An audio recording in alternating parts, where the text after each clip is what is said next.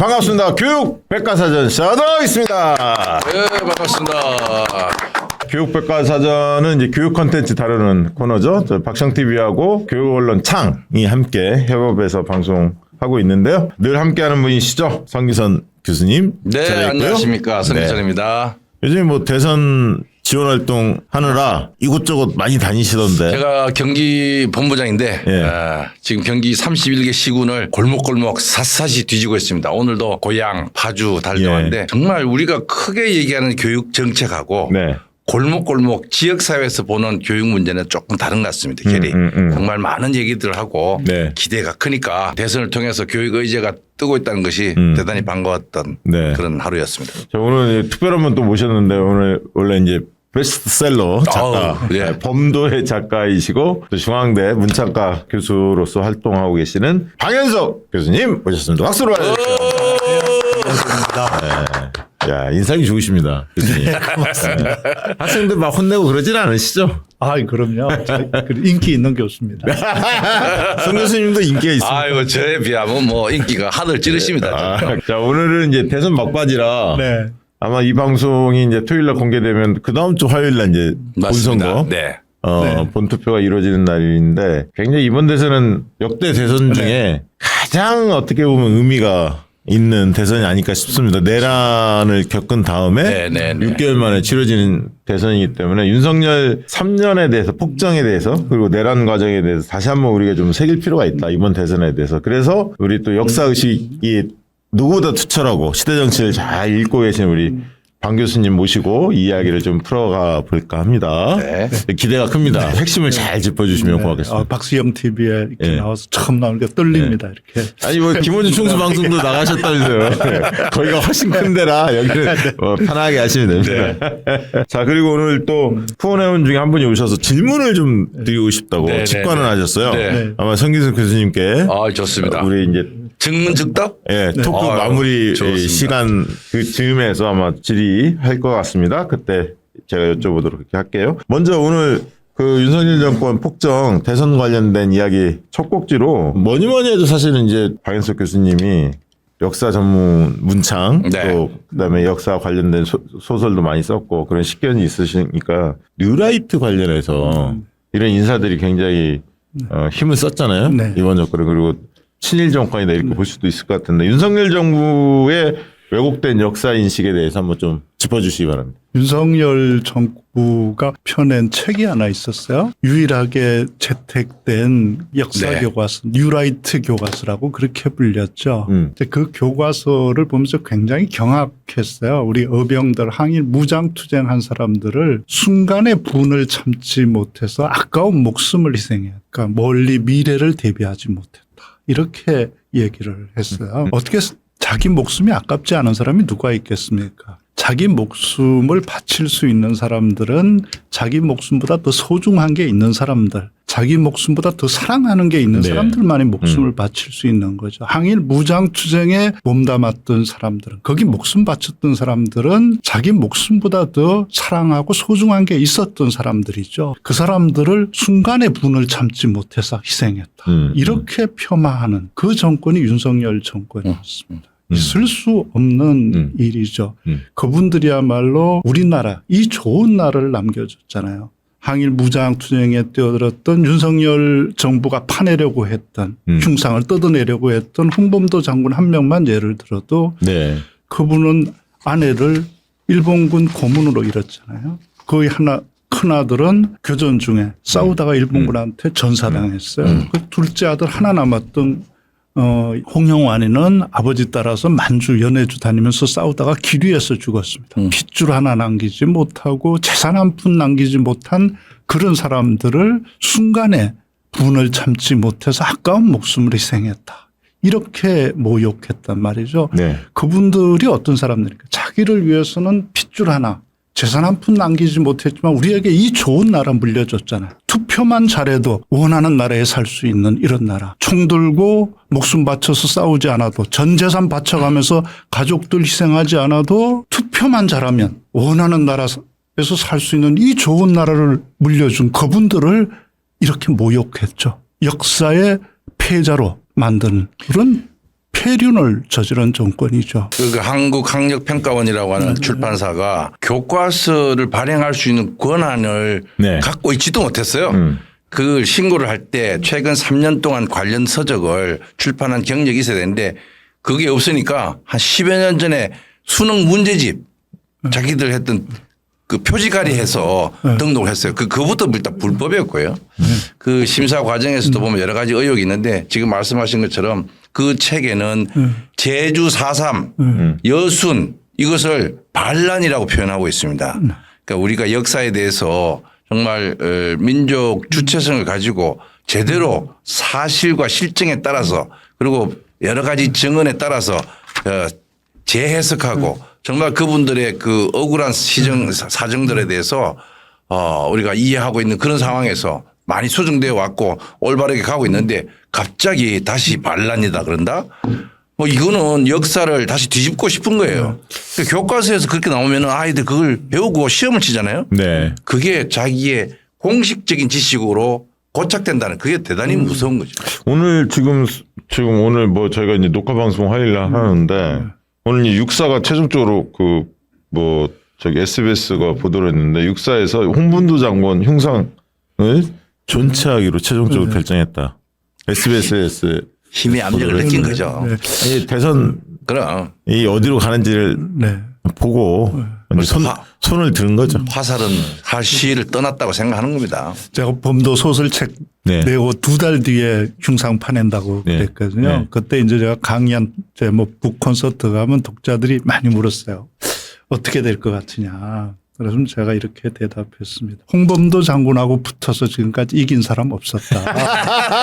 홍범도 장군 건드려서 무사한 자네 본 적이 없다. 야, 이거 그 명단이다. 결과를 한번 보자. 맞아요. 그런데 그 결과를 지금 보고 있는 거죠. 예. 아. 홍범도 장군 흉상 팔 때 제가 굉장히 경악했던 내용이 뭐였냐면 첫 번째는 그 육사에 있는 황인 무장투쟁 영웅이 5분이에요. 예, 5분이에요. 예. 그 5분 영웅 중에서 다 파낸다고 그랬어요. 네. 그랬더니 가장 강력하게 반발한 사람이 이종찬 광복회 회장님이었어요. 그렇죠. 예. 또 이회영 선생의 이회영 선생님. 손자고 예. 또 지난 대선 때 윤석열 대통령 만드는 데 큰 기여를 하신 분이잖아요. 네. 그분이 강력하게 반대했어요. 그러니까 안 파낼 줄 알았어요. 그랬더니 이회영 선생만 남겨놓고 나머지 4명을 옮기겠다. 그러다가 또 국민들이 말하니까 이번에는 홍범도 장군 한 명만 파내고 파내겠다. 나머지는 예. 남겨두겠다. 야, 진짜 비열하다. 예. 다른 분들은 그래도 자식들이 다 있어요. 후손들이 있습니다. 아. 홍범도 장군은 후손 한 명 없고 재산 한 분 남기지 않았잖아요. 자기를 위해서 누린 게 뭐가 있습니까? 싸우다가 죽을 자리 그거 하나 외에 아무것도 바라지 않았던 그 사람 하나를 제일 만만해 보였던 거죠. 뭐 1인 시위할 후손도 하나 없으니까. 그런데 착각한 거죠. 홍범도 장은 후손 한 명 없었지만 우리 5천만 국민이 거의 자식들이라는 사실을 이 정부는 몰랐던 거죠. 그리고 또 방현석 선생이 뒤에 있다는 걸 알아서 그 책이 흉상 논란 때문에 더 많이 팔린 거 아닙니까? 아니, 두 분이 또 뭐 어디 여행도 작년에 다녀왔다면서요? 우리 방현석 교수님이 리더하는 범도 루트라고 예. 항일 무장 투쟁했던 중국 러시아 예. 이 만주벌판 예. 이쪽을 예. 그 사실 가면은 유적이 예. 크게 없어요. 허허벌판에 여기가 예전에 고려인들이 살았던 곳이다. 예. 끝이야. 있는 근데 데도 그게 있는데 너무 이 설명이나 감개무량한 게 예. 정말 척박한 그 동네에서 자기 생명과 이런 어떤 걸 다 그냥 위협 속에서도 예. 조국을 위해서 정말 헌신했던 그 무장투쟁의 역사. 예. 우리 하얼빈에서도 좀 봤잖아요. 그 현장에 가봤어요. 항일 무장투쟁 역사학교라고 있습니다. 기리의 학교. 예. 거기 범도 루트의 교육 참모장님이십니다. 현직이죠, 현직. 아니 그 뉴라이트 이야기 나온 김에 김태효 네. 요 인간 이야기 안 할 수 없는데 뭔가 내란에 깊숙이 개입했을 것 같은데 지금 수면이 아직 드러나지 않고 있습니다. 이제 내란이 진짜 진압되면 네. 본질이 다 드러나겠죠. 숨겨져 있지만 진짜 주범들은 그러니까 숨어 있죠. 요 놈이 또 저 미국 가서 좀 네. 만나갖고 막 자기가 약속한 것도 꽤 있는 것 같아. 지금 아직 다 파악이 안 됐는데. 통상협상하면서 그러니까. 왜 이 김태효가 따라갔냐고요. 그러니까. 거기는 원래 경제부처 쪽에서만 간다고 그랬는데 그러니까 한덕수하고 뭔가 이야기가 오고 간 것 같은데 어떻게 보고 계십니까? 뭐 김태호가 남긴 굉장히 유명한 어록이 있지 않습니까? 일본의 마음을 다스려야 된다. 맞아. 그 얘기했어. 이런 어. 터무니없는 그 말을 하신 분이죠. 그분이 이미 2007년도 MB 때. MB 정부 때부터 음. 우리 역사를 망가뜨리려고 아주 작정을 했던 분이잖아요. 근데 이 인간이 일본 쪽에서 세게 밀어주는지는 모르겠는데 네. 어떻게 MB 때도 굉장히 노른자이를 꿰챘거든. 네. 그렇게 유명한 학자들은 아니었는데 네. 약간 뭐 예를 들면 한반도 문제 뭐 이럴 때 군사 문제 뭐 이럴 때 목소리 약간 내긴 했는데 네. 그렇게까지 강력하지는 않았거든. 그래서 제가 볼 때는 일본에서 얘를 확실히 뭔가 밀어주는 거 아닌가? 그 생각 좀 들더라고. 아니, 그러니까 제가 중국 대사관에 있는 직원들하고 이제 한번 만날 기회가 있었어요. 네. 우리 학교 졸업식에 중국 학생 졸업한다고 왔었는데 아니, 이게 윤석열 정부 들어와서 딱 눈에 띄게 달라진 게 우리가 되게 새 나라 얘기하면 한중일 그러잖아요. 그렇죠. 한중일이 사라지고 한일중으로 바뀌었다는 그래, 거예요. 한일중으로 바뀌었어. 그러니까 중국 대사관에서는 아니 어디 행사 가면 자존심 상해서 이게 왜 이래 됐는지에 대해서 다 저한테 네. 질문하는데 제가 어떻게 김태효로 얘기를 할 수는 없겠지만은 일단 이 친일 정부의 이 행세가 너무나 분노를 일으켰던 지난 3년이었던 겁니다. 예.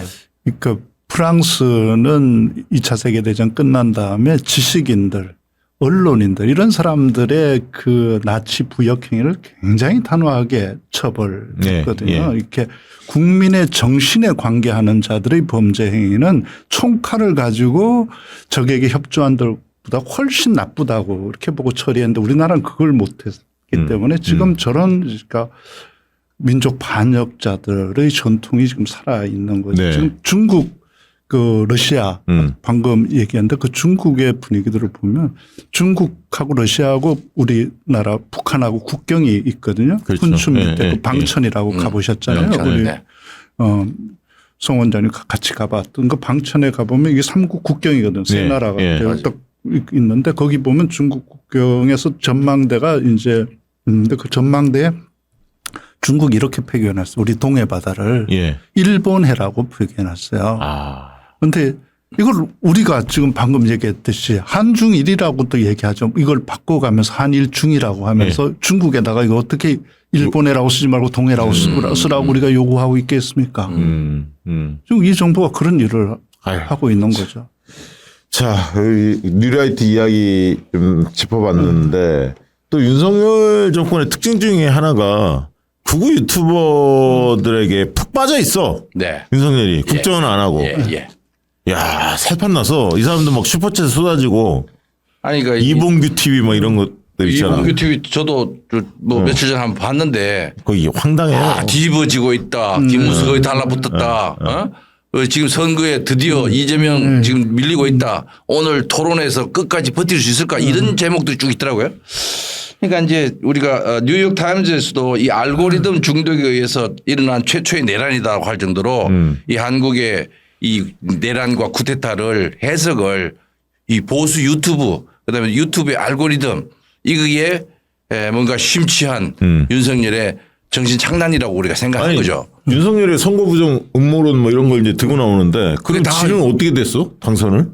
0.7%밖에 못 이겼다 이거죠. 아, 원래 더 이겨야 하는데. 더 이겨야 되는데. 우리가 볼 때는 음모론. 웃기는 거니까. 그러니까 그 유튜브를 보는 행위보다 더 문제는 국민에게 교육이 된다는 거예요. 나라의 대통령의 모습은 그 국민들에게 그 모습 자체로 교육이거든요. 네. 모범이고 표본이란 말이에요. 대통령이 책 읽는 모습 한번 보여주지 않고 유튜브나 보고 그 언어 수준이란 게 세 마디를 문장이 되게 말을 못 하잖아요. 윤석열 대통령이 세 문장 비문 아니게 말하는 거 봤습니까?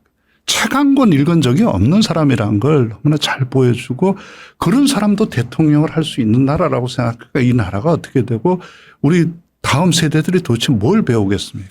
근데 그러다 보니까 초등학생들한테도 물어봤는데 네가 해도 윤석열보다 잘할 자신이 있지 않냐? 그랬더니 자신 있대. 지금 그래서 자신감을 키워준 측면은 있어. 아, 지금 대통령 송 나도 할수 있다. 원장님도 좀 다음에 나올지 몰라요. 차기에는 이번에는 난가. 뭐 저 사람도 하는데 그러니까 그 남들 못하냐. 그게 그러니까 지금 자신감을 고치시겠다. 한덕수가 왜 그랬겠어요? 맞아요. 뭐 죄보다는 내가 잘하지. 그 서울대 법대 똥값 되는 거야. 그러니까 이 대통령이라고 하는 이 리더가 갖춰야 될 덕목과 자질이 뭔가에 대해서 우리는 대통령 학이라고 하는 게 어느 정도 정착이 돼서 연구하는 사람들이 있거든요. 네. 그러니까 리더십의 특성을 무슨 뭐 권위적 리더다 뭐 민주적 리더다 이렇게 연구하는데 연구하면 뭐합니까? 이런 괴물이 나타나서 예. 그런 대통령 학을 완전히 지금 부정하고 있는데 물론 예. 그건 정통이 아니죠. 그러니까 한 나라의 지도자는 지금 말씀하신 것처럼 국민들의 하나의 모범이 돼야 된다. 안 되더라도 그런 노력이라도 해야 되는데 지난 3년 동안 우리는 너무나 저질 문화를 통해서 우리 눈과 정치가 망가지고 있는 걸 경험했습니다. 그리고 그것도 좀 특징적인 무속이 말이죠. 네. 이렇게 힘이 셀까? 국정의 중심에 확 들어온 거잖아요. 그 그렇죠. 윤석열뿐만 아니라 김건희. 기가 막힌 겁니다. 야, 건진, 뭐 천공, 그다음에 뭐야 저 명태균. 그렇죠. 또 뭐 또 또 누가 있어? 저 누굽니까 저 이분 내란의 그 시나리오 썼다는 아 저기 노상원. 노상원. 그러네. 다 무당이 되는 거잖아요. 정말 제가 놀라운 건 이렇게 우상을 숭배하고 미신을 믿고 이건 기독교가 정말 분개해야 될 일이잖아요. 네. 기독교가 총 걸기해서 좀 항의를 해야 될 일이잖아요. 근데 이 사람들을 옹호하고 있다는 거예요.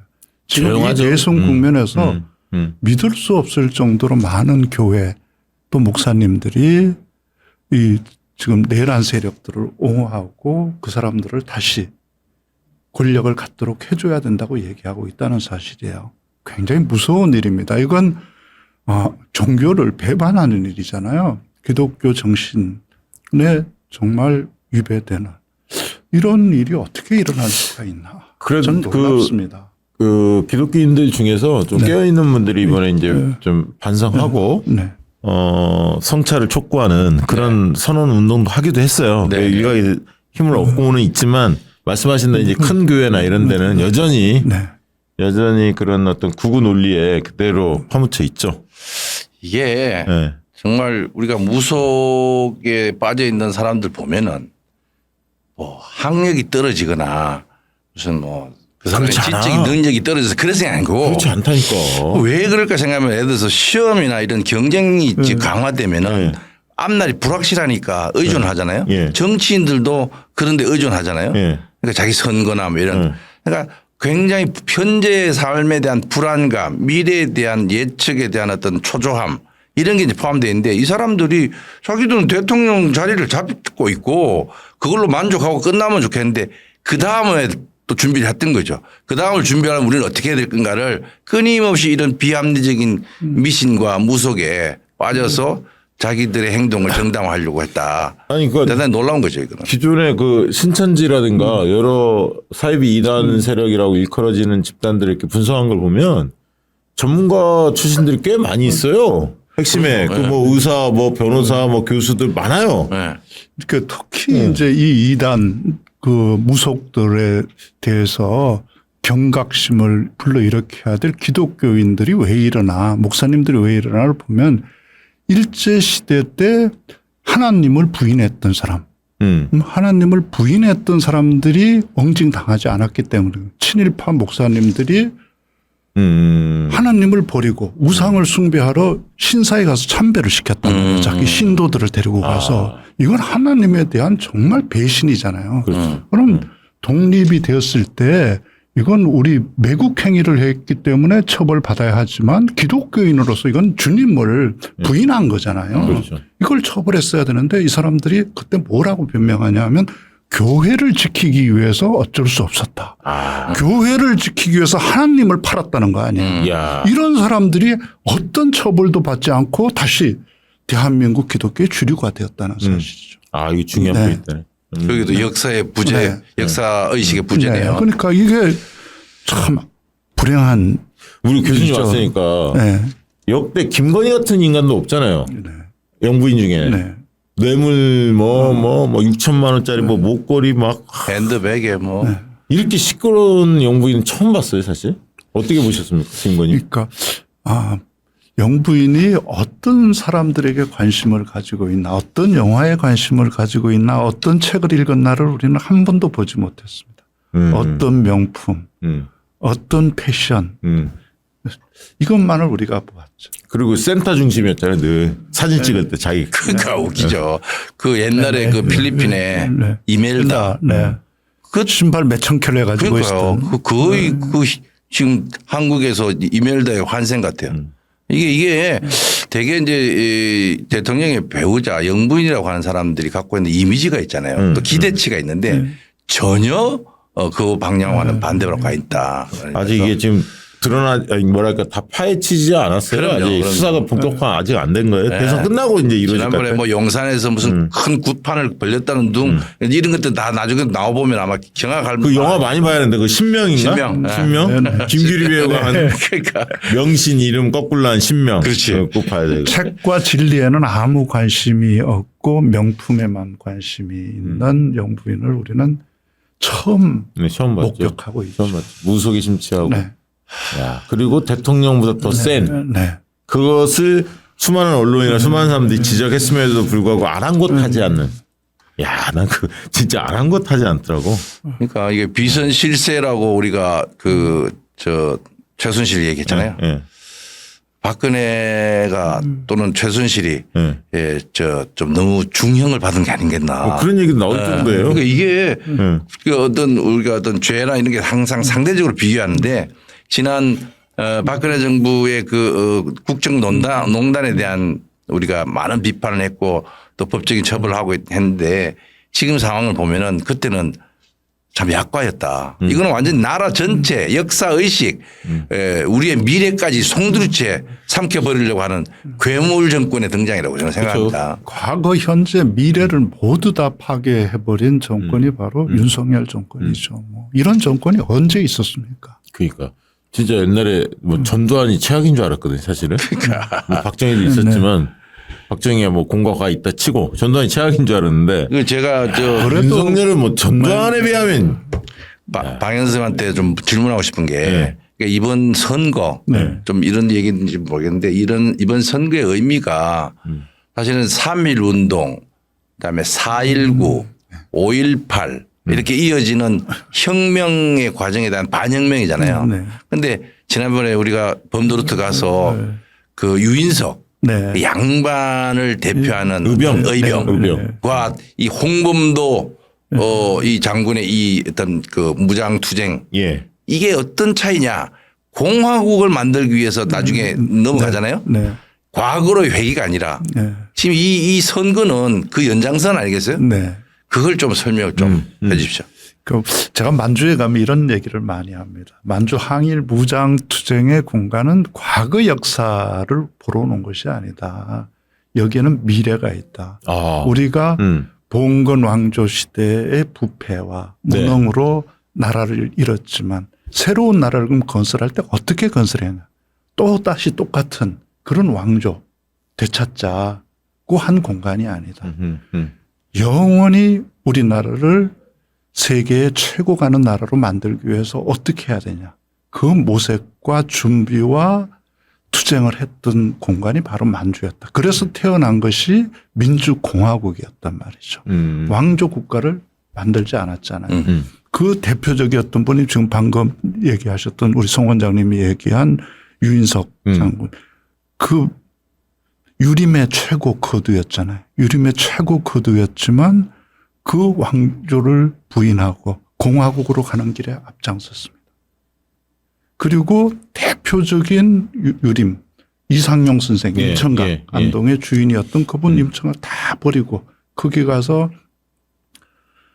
신흥무관학교 교장을 했잖아요. 그 만들면서 그런 얘기를 했죠. 자기 노예들을 다 풀어줬거든요. 종들을 그 만주로 떠나면서 나라도 지키지 못한 자가 무슨 낯으로 종들을 부리냐.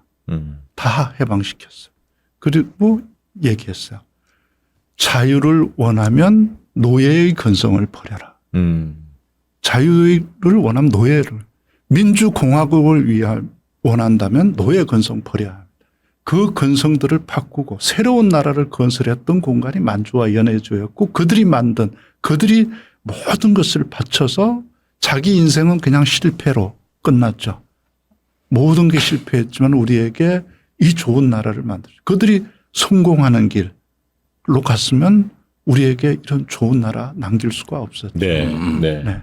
야. 그러니까 이게 빨려 들어가네. 말씀에. 그 마이크를 네. 계속 놔두면요. 네. 한 몇 시간 갑니다. 아, 그래요? 네, 잠깐 끊어야 돼요. 그런 방송은 우리 방현석 TV에서 하는 걸로 하고, 네, 성기선 재밌습니다. TV하고. 그러니까 지금 동아혁명, 그다음에 3.1 운동, 5.18로 이어지는 이 도도한 민주공화국을 건설하고 지키겠다는 그 정신과 다시 독재로 마치 군주국가처럼 1인 치하의 어떤 그런 과거로 돌아가려고 하는 이 싸움의 마지막 전장이 이번 선거다. 네. 거의 봉오동 전투와 같은 이제 근데 그런 진짜 상황이라고 봅니다. 윤석열이라는 사람이 대한민국 국민들에게 깨우침을 준 부분은 꽤 있어요. 그러니까 뭐냐면 민주주의라는 거, 야, 이쯤 됐으면 민주주의가 어느 정도 뭐 된 거 아니야? 네. 뭐 경제만 잘 먹고 살면 되는 거 아니야라고 사람들이 생각했었는데 과거에. 근데 이게 아니구나. 네. 그리고 나라, 애국, 법치, 자유 이런 주권. 주권 이런 공동체 이런 어떤 중요한 가치들에 맞아요. 대해서 새삼 네. 중요성을 각인하게 만들었어. 각성시켰어요. 각성시켰어. 개몽했어. 개몽당했어. 그러니까. 진짜로. 우리 민주공화국이라는 건 균형을 가지고 운영되는 거잖아요. 좌와 우와 진보와 보수가 균형 있게 견제하고 정책들을 제안하면서 나가는 사회인데 이번에 파괴된 것은 사실은 왼쪽 날개 진보가 아니고 오른쪽 날개 그렇죠. 보수의 날개를 완전히 파괴시켜버려요. 네, 네, 네. 정말 분노해야 될 사람들은 이 국면에서 진보가 아닙니다. 그치. 보수 세력들이야말로 그렇지. 가짜 보수를 쳐내야 하는 보수의 굉장히 괴멸이에요, 분노하고 맞아요. 심기일전에서 보수를 재건해야 될 맞아요. 네. 국면입니다. 이번에 보수의 최고 가치가 뭡니까? 보수의 최고 가치는 책임입니다. 책임. 정말 무책임했잖아요.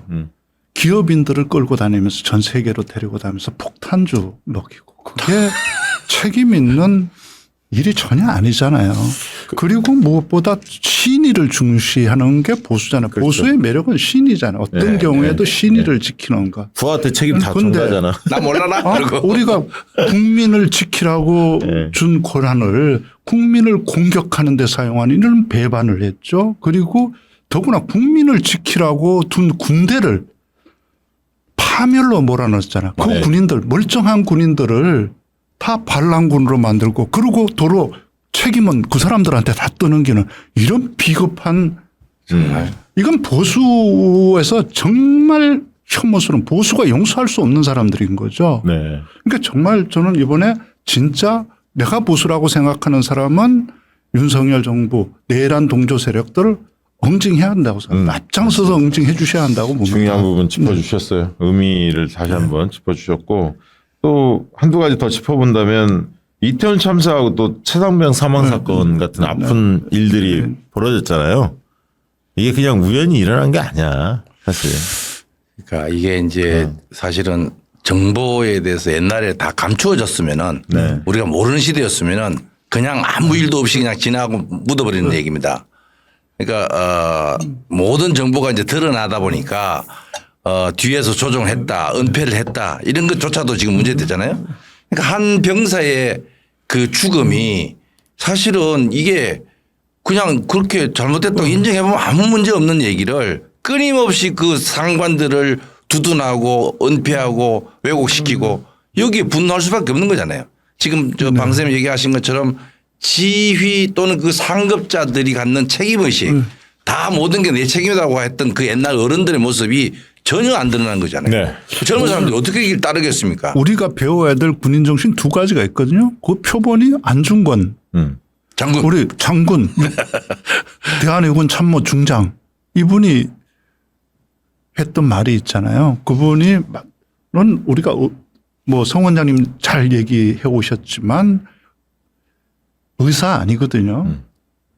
군인으로 살다가 군인으로 싸우다가 군인으로 죽었잖아요.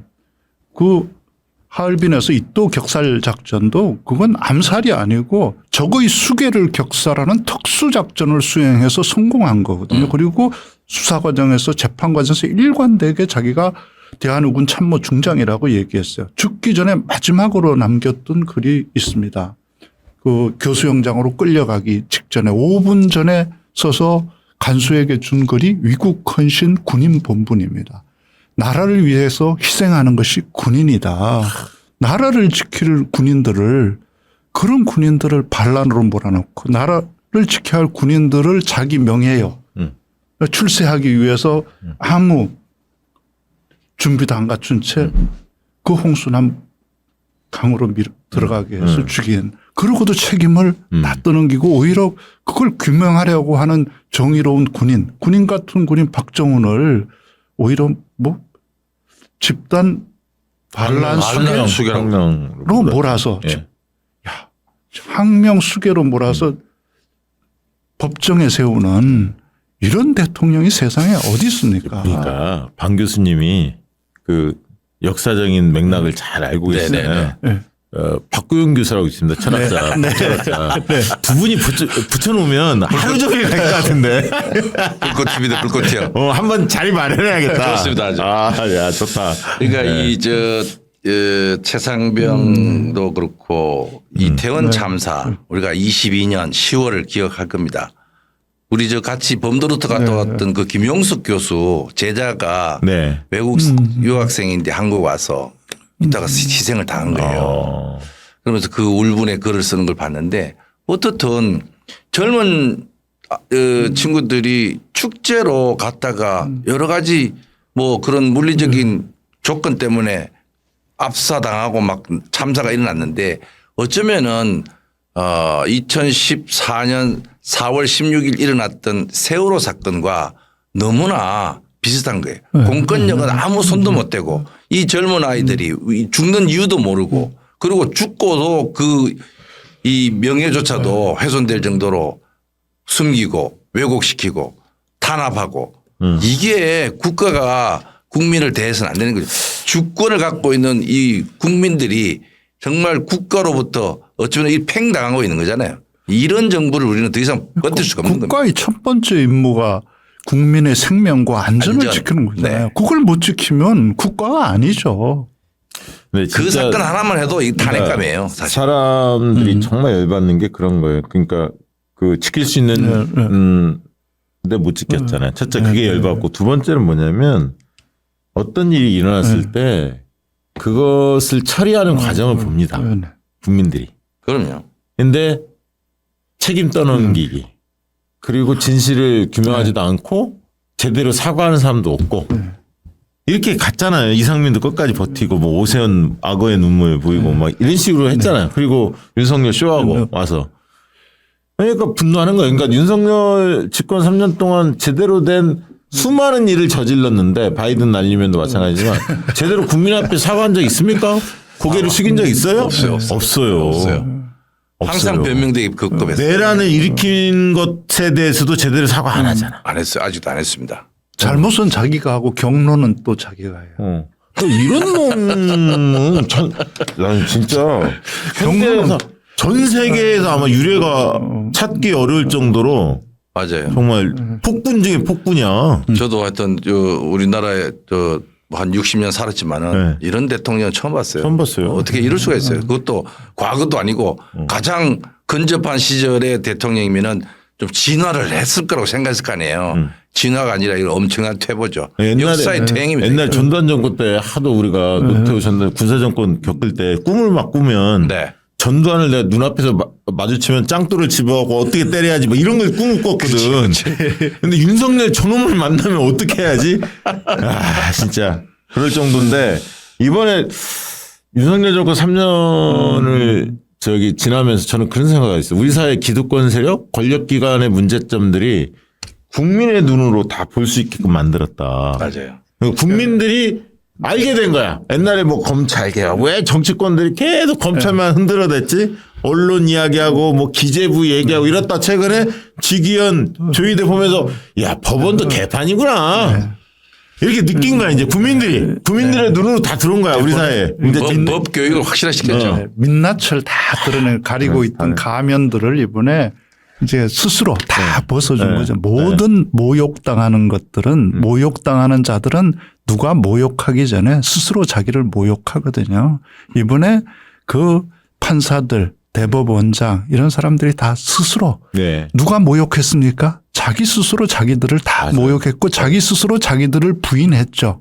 자기들이 탄핵되어야 하고 개혁되어야 한다는 사실을 우리가 했습니까? 자기들이 그렇게 하지 않으면 안 된다는 걸 우리한테 보여줬잖아요. 이번에 우리는 큰 성과가 있다고 생각합니다. 그런 면에서 우리 국민 모두가 우리 사회에 얼마나 바꿔야 될 것이 많고 그들의 본질이 무엇인지를 이토록 낱낱이 가발려 준 적은 없었거든요. 그러니까 그런 측면에서 보면 박근혜 정권의 국정농단 보면서 촛불혁명이 있었는데 촛불혁명과 이 빛의 혁명 간의 차이는 그거 같아. 그러니까 그때 촛불혁명은 이게 나라냐 하면서 새로운 세상에 대해서 막 사람들이 이야기했지만 그렇죠. 예. 그게 이제 많은 게 쏟아졌지만 얼마나 절박한 과제인지에 대해서 이 공감대가 탄탄하게 이루어졌다고 볼 수는 없어. 희망을 많이 이야기하고 새로운 세상이 되길 간절한 마음이 모아졌던 거라면 이번에는 좀 강도가 좀 다른 것 같아. 야, 검찰 어떻게 조져야 돼? 이제 구체적으로 그거에 대한 방법, 법원 개혁은 어떻게 해야 돼? 막연히 옛날에는 검찰이 좀 정상화됐으면 그다음에 재벌들이 그렇게 횡포 안 하고 뭐 어떻게 됐으면 하는 바람들이 쭉 있었다면 이제는 굉장히 구체화됐어요. 요구사항이. 그게 달라졌어. 그 촛불 혁명 때 이제 전 세계적으로 어떤 실험적인 일들이 일어나는데 우리가 대의민주주의를 쭉 해왔잖아요. 대의민주주의를 하면 국민의 뜻을 반영하는 대표자를 뽑아서 어쩌면 간접적인 어떤 민주주의를 하는 거잖아요. 근데 그 대의민주주의 한계를 우리가 많이 봤고 그래서 이제 직접 참여해서 직접 민주주의의 가능성을 요구들을 그때 거리에서 분출했으니까. 그렇죠. 그러다가 그게 갑자기 오지는 않지만은 지난번 총선 때 보면은 정말 대의민주주의라도 제대로 우리 뜻을 반영할 수 있는 사람을 뽑아야 된다라고 하는 그런 선거에 대한 직접 참여가 강했고 이번 빛의 혁명은 좀 더 적극적으로 아니 누구한테 맡기는 것보다 우리가 직접 해결해야 된다라고 하는 그 문제의식이 아주 강하게 나타난 거죠. 그러니까 구체적인 실행 과제조차도 광장에서 만들어지고. 그러니까 광장의 메시지들을 보면 무대 위에서 이렇게 연설하시는 시민들을 보면 대단해요. 내용들이. 저는 하여튼 그 고등학생 발언하는 거 보고 감동했습니다. 이번 빛의 혁명 이 과정을 보면서 우리 국민들이 정말 세계 최강이구나. 또 우리 정당들이 세계 최강이 됐구나. 이 생각을 했습니다. 그러니까 언어를 사용하는 거 보면 우리는 소설을 쓰는 사람이어서 언어를 사용하는 걸 보면 저 사람이 어떤 사람인가 알거든요. 이번 과정에서 왜 최강이라고 생각했냐면 빛의 혁명이라는 이 명명을 이재명 대표가 했어요. 그리고 그 의미의 뜻을 누가 해석해 줬냐면 그 당의 수석 최고위원인 김민석 대표가 대표가 그 최고위원이 했어요. 그 이름을 붙이는 건 이름에 대한 해석이기도 하지만 그 실체를 특정해 준다. 빛의 혁명이라고 해준 게 저도 이제 그 탄핵이 의결된 국회 산날 그날 처음 이제 이재명 대표가 국회 밖으로 나와서 연단에 서서 말할 때 빛의 혁명이라는 말을 썼거든요. 그때 처음 대중 앞에 공식적으로 이 촛불 혁명의 이연 질이 다른 새로운 혁명으로 규정해 준 게 빛의 혁명이었어요. 응원봉 들고 이렇게 쫙 하는 걸 보죠. 그 빛의 혁명의 특징들을 저는 다른 사람들은 모를 텐데 그 빛의 혁명이라는 게 사실은 이재명 후보의 삶으로부터 나온 거죠. 그걸 보면서 왜 느끼는 이재명 후보가 굉장히 어려워서 학원도 못 다니고 공부할 때 자기가 자살도 결심하고 이렇게 했다가 다시 공부하겠다고 결심하면서 이렇게 쓴 게 있거든요. 그 일기에 보면 일기 한번 띄워주실래요? 고생하는 사람들을 위해서 빛이 되어보겠다. 이렇게 쓴 거죠. 빛이 되어보겠다. 그 부득이 직투. 그거 한번 좀 띄워주시기 바랍니다. 저게 무슨 그러니까 의미인가요? 부득이 적투란 말은 네. 이재명 후보가 이제 제가 인간 이재명이라는 책을 만들면서 인터뷰했을 때 쓴 얘기예요. 그래서 저 얘기를 왜 썼냐고 내가 물어봐서 했는데 그 이전에 먼저 이재명 후보가 쓴 일기를 제가 6권 다 읽어볼 기회가 있었어요. 네. 이재명 후보가 13살 때부터 변호사 사무실 개업할 때까지 쓴 일기가 있어요. 네. 10년 넘게 쓴 일기에 보면 1981년 3월 2일 날 일기에 이렇게 쓰여져 있습니다. 화살은 시위를 떠났다. 정확히 꽂혀보자. 이렇게 썼어요. 그래서 그 일기를 쓴 때가 어떤 때였냐면 공장 다니면서 맞아요.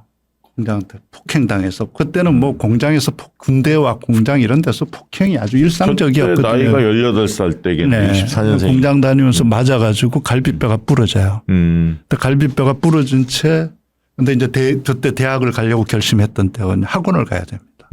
학원 가려면 이제 공장 끝나면 5시 반 끝나면 성남에서 시외버스 타고 답심리에 있는 신답동에 있는 이제 종합학원에 가요. 가서 공부하고 돌아와서 이제 막차 타고 돌아와서 집에도 안 들어가고 동네에 있는 이제 독서실에서 밤새 공부하고 4시 통금이니까 네. 통금 끝날 때까지 4시까지 공부하다가 4시에 집에 가서 눈 잠깐 붙이고 한 2-3시간 잠자고 아침 먹고 공장에 출근해요. 그래서 대단하다. 퇴근하고 5시 반에 또 학원 가서 공부하고 이렇게 수능 공부를 하는 거예요. 그렇게 8달 공부해서 대학 갔거든요. 그 공부할 때 맞아가지고 그날 어떤 때는 이제 갈비가 나갔어. 근데 이렇게 병원에 이 상태에서도 출근을 해요. 월급 돈 받아야 학원비 내니까. 그리고 또 저녁에 또 공부가. 이렇게 살 때 이렇게 쓴 거예요. 살은 시위를 떠났다. 정확히 한번 꽂혀보자. 이렇게 했었어요. 그러니까 왜 이런 말을 쓰냐. 내가 그래서 물어봤더니 그게 이제 40년이 지난 다음이죠. 예. 저건 81년에 썼고 제가 저걸 물어본 건 2021년 경기도지사 할 때 그 관저에 가서 물어봤었거든요. 그때 이 지사가 얘기한 게 이게 이제 손자병법에 나오는 이런 말입니다. 그러니까 부득이 적투. 그러니까 싸우지 않을 수 없고 목숨을 걸지 않을 수 없어서 싸우듯이 공부했다. 지금 아마 이재명 후보가 살아온 길이 그것이고 지금 이재명 후보가 뭐 지독하다 그러는데 지독한 것이 아니고 그렇게 하지 않을 수 없었던 정말 지독하게 성과를 내지 않으면 저 소년공 18살 소년공은 갈비뼈가 부러진 채도 공장에 나가고 학원에 가고 밤새 공부하고 3시간 자고 다시 공장에 가면서도 그렇게 할 수밖에 없었어요. 네. 성과를 남겨서 스스로 공부해서 성과를 내지 못하면 살아남을 길이 없었던 그런 사람이 이재명 후보였죠. 경기도지사 성남시장 하면서도 정말 성과를 남겨서 시민들로부터 인정받았지 않습니까? 네. 저는 뭐 그런 사람이 이재명 후보라고 생각합니다. 지금 그 멘트에서 하나는 수정을 해야 될 것 같습니다. 그 당시에 수능을 친 게 아니고 학력고사. 네. 학력고사 맞습니다. 그 11월 24일 날 봤거든요. 81년 저랑 11월 24일. 같은 날 봤을 겁니다. 그래요? 82학번이시군요. 네. 네. 그리고 맞습니다. 그 13살에서 몇 점이나 받으셨어요? 그 점수를 그렇게. 이재명 후보가 왜냐하면 장학생이 되려면 260점을 받아야 되거든요. 네. 그 수능 260점 훨씬 더 받았어요. 근데 잘했어요, 그럼. 그래서 처음 공부할 때 그러니까 ABC도 모르고 공부 시작했잖아요. 아니, 그러니까 저도 그 일대기를 봤는데 정말 악전고투하면서 짧은 시간에 시험 쳤는데 어마어마한 점수 나온 거예요. 모의고사 처음 볼 때 30만 등 받기거든요. 그러니까 나중에 5천 등. 8개월 공부해서 학력고사 봐서 2,000등 됐어요. 2,000대. 2,000등 대가 돼서 그래서 중앙대학교 선호장학생 A라는 게 됐거든요. 그래서 선호장학생 A 되면 매달 월급을 줘요. 그렇죠. 그러니까 등록금 물론 면제고 다 매달 20만 원씩 줬어요. 그 20만 원이 어쩌면 이재명 후보가 대학 가기 전에 8달 전에 일했던 그 공장의 월급 3배였어요. 그거 받고 학교 다니. 맞아요. 그러니까 아까 아, 8달 공부해서 그 정도 2,000등 했는데 몇 등 하셨어요? 아니, 너무 3년 내내 확실하니까 공부해서. 교수님, 그래 너무 압박하지 너무 마세요. 경쟁 위주의 그 사고방식에서 벗어나자니까. 그래서 여기 저기 윤석열하고 같은 대학 나온 사람이야. 윤석열 아니, 아홉 번 떨어졌죠. 가만히 보세요. 저 13살에서 변호사 될 때까지 썼던 일기 네네. 제가 이 얘기를 하려는데 네. 그 김혜경 여사를 만나서 네. 결혼을 청혼을 할 때 이 일기를 보여줬다고 그러잖아요. 네, 그랬죠. 그러고는 두말 없이 이제 결혼을 하겠다고 눈물을 흘리면서 봤다는데 정말 그 이재명 후보의 그 삶을 그 한번 좀이라도 관심 있게 보면은 정말 역경 속에서 어떻게 이 빛을 발할 수 있는가 그 고난을 어떻게 견디는가 야 이런 삶이 가능할까 할 정도의 감동을 아주 나쁜 남자죠. 아니 뭐 건반지라도 하나 갖다 줘야지. 그 일기장을 읽으라고 너무 점수와 돈에 지금 매몰되어 있는 느낌이 드는데 원래 그거 아니잖아요. 여성이 감성이 약해요. 네, 그걸 다 안 거지. 진짜 김혜경 여사한테 반지 하나 안 해줬거든요. 지금까지. 지금까지 반지 하나 안 해줬습니다. 네. 건반지 하나 안 해줬어요. 그리고 그 반지 하나 안 해주고 일기장 가져와서 그 고생한 얘기 다 쓰이지는 그 일기장 보고 결혼하겠다고 딱 결심한 그 김혜경 여사가 사실 김혜경- 대단하죠. 오는 면이 있는 거예요. 김혜경 여사가 굉장히 똑똑합니다. 그러니까 네. 제가 그 경기지사 때 네. 경기지사 때였구나. 그때 선거 때 TV 토론을 앞두고 한번 리허설을 하는데 그 저희 배석을 했었는데 딱 보면서 지켜보더라고. 제 옆에 있었거든요. 그래서 이제 이재명 대표 막 리허설을 하는데 제가 이제 몇 가지 지적을 했어요. 근데 옆에 와서 저한테 제가 이제 중간에 자리를 떼려고 하니까 아니 조금만 더 계시다 가시라고 좀 더 쓴소리 좀 해달라고 하는데 딱 이분이 딱 판을 보더라고. 그래서 제가 아 정말 이재명 대표님한테는 든든하겠다. 왜냐하면 사모님이 그런 감각이 좀 있어야 하거든 원래. 그래서 두 분이 참 잘 어울린다는 생각을 했는데 이번에 대선 관련해서 지금 교육위원회에서 저희 지원할 때 왕성하게 한다면서요. 뭐 사진 많이 올라왔던데 좀 보면서 어떤 모습인지 뭐 보니까 여러 개 보내왔던데 한번 좀 올려주시기 바랍니다. 교육 경청 투어를 지금 하고 있는데요. 네. 이거는 이제 파주에서 네. 윤우석 의원도 나오고 계시는데 지난번에 저 우리 최찬희 선생님도 재상이 계시네요. 나왔고 그러니까 교육도 이재명이라고 하는 게 네. 사실 간명하지만은 많은 메시지를 담고 있잖아요. 네. 사실 대통령께서 교육에 대한 관심을 많이 가졌던 분이 예전에 YS 때 교육개혁위원회 그게 95년 5.3일 교육개혁안을 만들었고 대통령 직속으로 교육개혁위원회를 만들어서 사실은 그 중장기 비전을 그때 5.3일 교육개혁안을 냈잖아요. 네. 그 이후로 변변찮은 어떤 계획안이 없다 보니까 우리 교육이 이제 좌충우돌 하고 있는데 좀 그런 비전을 좀 만들어 달라라고 하는 그 요청이라고 볼 수 네, 있습니다. 뭐 몇 개 좀 넘겨주시죠. 뭐 어디 있는 비슷한 거. 아, 저건 박구영 교수. 박구영 교수도 교육도 이재명이다라고 외치고 있습니다. 아니 이거 박구영 교수 만나보니까 교육 운동에 대해서 그렇게 관심이 많았더만. 관심 많아요. 아, 자기가 잘 알더라고. 교육 관련된 논문도 쓰고, 그리고 그 옛날 78년도인가요? 국민교육헌장 있잖아요. 네, 네. 국민교육헌장 그러면 1968년 12월 5일 이렇게 나오고 그 당시 유신 독재나 산업화 국가를 정당화하고 아니, 우리는 나는 민족중흥의 역사적 사명을 띄고 띄고 이 땅에 태어났죠. 나는 그냥 어머니 아버님의 사랑으로 태어났지 내가 무슨 태어날 때부터 민족 중흥의 역사적 사명을 띄고 이 땅에 태어나 그게 아니잖아요. 그거 그거를 반박하는 우리의 교육 지표 그걸 설명해 주는데 내가 감동 먹었어요. 맞아. 그리고 우리 저 박구영 교수가 네. 그 교육계 이제 리더들 네. 있잖아요. 수장들은 현장을 아는 사람이 해야 한다는 거야. 교육 운동을 오래 했거나 초중고의 현장을 잘하는 사람들이 이제는 교육계에 예. 리더로 우뚝 서야지 뭐 흔히 말하면 뭐 총장했다 뭐 했다 뭐 이렇게 흔히 말하는 중량감이 높은 사람들만 뭐 이렇게 사람들 관심 갖는데 그게 아니다. 네. 라는 게 지론이더라고요. 평상시에. 맞습니다. 그리고 더 중요한 거는 이 학부모들 만나 보니까 중요한 건 관심 없고 소통이에요. 소통. 소통하지 않고 정말 위에서 내리먹이는 정책 제발 좀 안 했으면 좋겠고 네. 의견들을 좀 들어달라라는 얘기를 하더라고요. 네. 그다음 또 사진 있습니까? 또 비슷한 사진이죠 지금 다. 예. 이게 저거는 활동. 이제 우리의 미래는 우리가 정한다. 저거는 이제 올해에 처음으로 투표를 하는 청소년들을 대상으로 선거 독려하는 캠페인이군요. 캠페인이고요. 의미 있네요. 멋지네요. 예, 또 있습니까?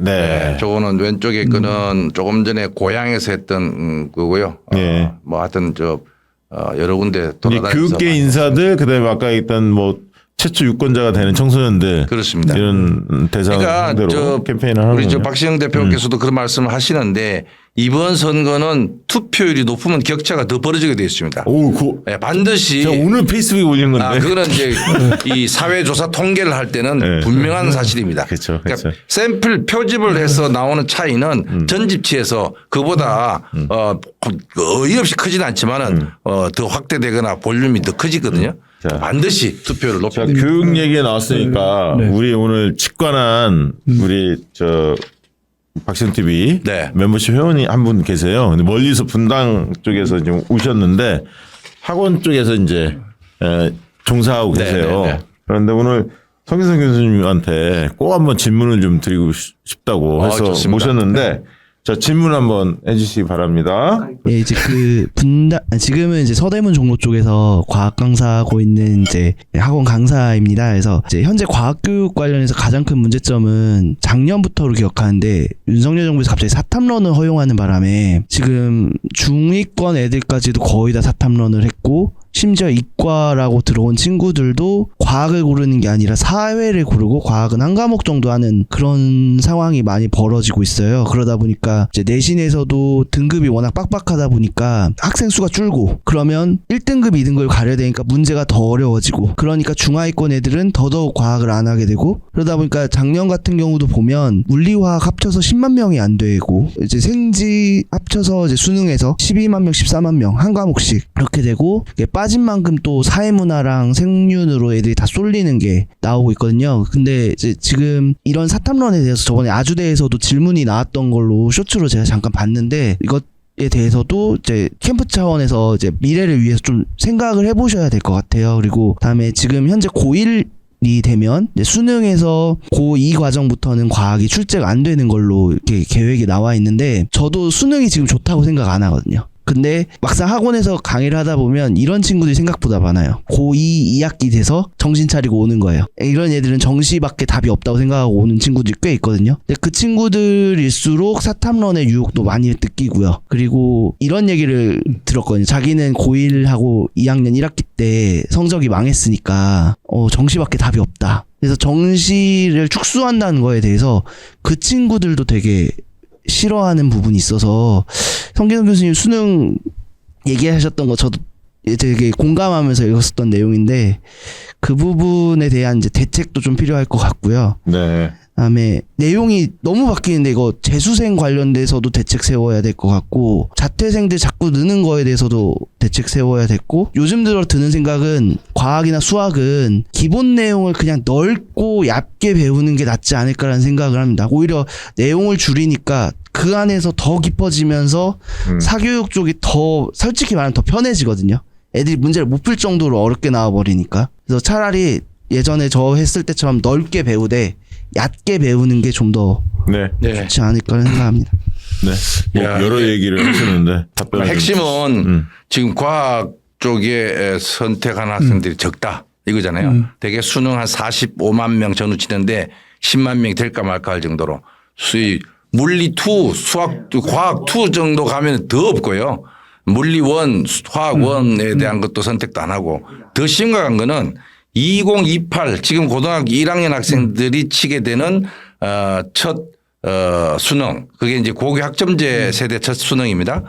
그게 2023년도 12월에 결정돼서 발표가 됐는데 그 안에 의하면은 문과도 없고 이과도 없고 고등학교 2학년과 3학년 때 배우는 과학, 수학, 사회도 마찬가지고 이런 선택 과목들은 시험 범위에 들어가지 않습니다.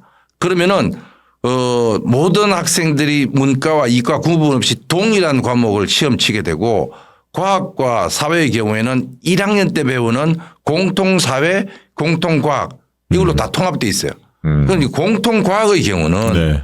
중학교 이수 교육과정을 한 번 더 반복하는 정도의 아주 초급의 단계래요. 네. 그렇기 때문에 좀 깊이 있는 물리나 화학, 생명과학 이게 안 나올 수밖에 없고 문제는 원래 고교 학점제의 취지는 2학년, 3학년 때 예를 들어서 제가 과학 쪽으로 공부를 더 대학 가려고 그러면은 그쪽에 더 선택 과목을 해서 깊이 공부하도록 유도하려고 했던 건데 지금 입시제도가 고교학점제는 다양화를 분기형으로 가서 찾아가도록 했는데 입시는 통합형으로 가고 단순하게 가버리니까요. 아. 이게 안 맞는 거예요. 저도 지금 지적하신 문제를 정확하게 알고 있는데 정말 저는 정권이 바뀌면은 이거 교육위원회 차원에서 뭐 점검해야 하는 거 아닌가요? 그렇습니다. 교육위원회 점검해야 되고 국가교육위원회에서 결정을 했지만은 이거를 한 번 더 재고를 할 필요가 있다. 왜 그러냐면 현장이 지금 혼란이 이럴 때도 없고 야. 문제는 네. 과학에 대한 지난 정권 때 뭐 예산을 삭감해서 난리 났잖아요. 지금 이거는 사실은 미래 세대를 과학에 입문도 못하게 만드는 매우 심각한 대학에서 교양이나 이런 데서 다루지도 못할 정도의 아주 초보도 안 되는 아이들. 그러면 그런 아이들이 자연과학 계열 공과대학 간다? 대단히 심각해요. 이 부분은 전면 재검토해야 된다고 저는 생각해요.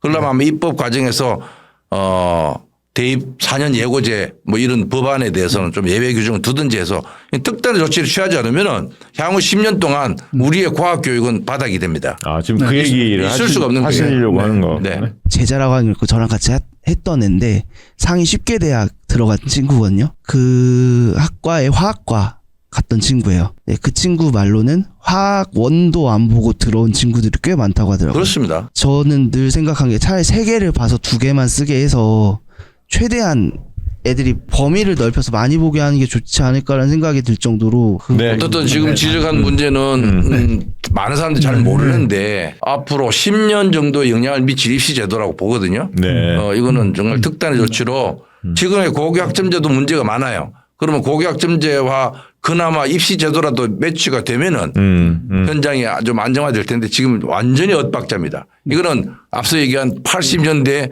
학력고사 수준으로 돌아간 거거든요.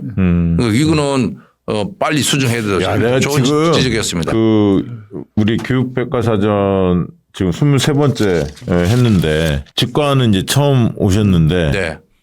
이게 뭐 사전에 우리가 충분히 뭐 질문을 들은 것도 아니고 제가 법륜스님도 아니고 직문직답이 성기선 교수님이 되는데 지금 깜짝 놀랐습니다. 역시 야 그때 되니까 목소리 막 나오죠. 야 교육하면 성기선. 그렇죠. 맞습니다. 오늘 좋았고요. 네. 충분한 답변이 됐는지는 모르겠습니다만 어쨌든 이런 문제들이 진짜 교육 현안들이 참 많다 알고는 있었지만 네. 이 입시제도 이런 부분들에 대해서 섣불리 건들 수는 없지만 이 부작용이 심각하다면 들여다봐야 하는데 이재명 정부가 이제 출범하면 이런 부분들을 교육계 인사들이 모여서 네네네. 지혜롭게 반드시 해야 됩니다. 네. 해결해야겠네. 7세 옷이 이런 문제만 저도 있는 줄 목소리를 알았더니 내겠습니다. 예. 고맙습니다. 믿어주세요. 자, 이제 마무리 차원에서 이번 대선 네. 왜 꼭 투표해야 하는지 투표 호소도 좀 해주시고 시대정신 관련해서도 우리 한 말씀씩 해주시기 바랍니다. 저는 그 이번 선거가 심판하고 지키고 승리하는 선거가 돼야 된다고 믿습니다. 우리 삶을 이렇게 파괴시킨 국민을 지키라고 준 권력으로 국민을 공격한 그래서 우리 삶이 얼마나 망가졌습니까? 일상이 다 망가지지 않았습니까? 끝나고 이 주변은 어떤지 모르지만 제가 사는 동네는 가면 상가들이 다 망가졌습니다. 지금 들었어요. 그래도 장사가 꽤 잘 되고 언제나 가면 저녁 먹으러 가면 사람들이 붐비던 식당에 지금 자리가 반도 그렇죠. 안 차요. 정말 그 사람들 눈물겹게 힘듭니다. 네. 지금 위기에 처한 민생을 이렇게 나락으로 빠뜨린 정권, 우리 일상 다 파괴한 이 정권 심판해야 합니다. 내란 정권 심판해야죠. 그리고 지켜내야 될 역사의 정의가 있습니다. 자신의 모든 것을 바쳤던 사람. 대표적으로 지금 우리 사법부 한번 보십시오. 근데 이 사람들이 뭐 어떻게 했나. 우리 사법의 역사가 이렇지 않거든요. 네. 대한제국의 평리원 원장설이었던 호이 선생. 지금의 우리 대법원장입니다. 그 대법원장설이었지만 나라가 국권이 넘어가니까 나와서 항일 무장투쟁했거든. 그래서 자기가 재판을 했던 그 재판정에서 체포되어 갑니다. 그 재판정에서 사형 선고받고 서대문 형무소에서 교수형 당했어요. 그게 대한제국 평리원 원장, 대법원장이었어요. 그 시신 아무도 그때 겁나서 못 치웠습니다. 수습 못했을 때 그의 제자였던 박상진 선생이 수습합니다. 그래서 모셔서 3년상을 치르죠.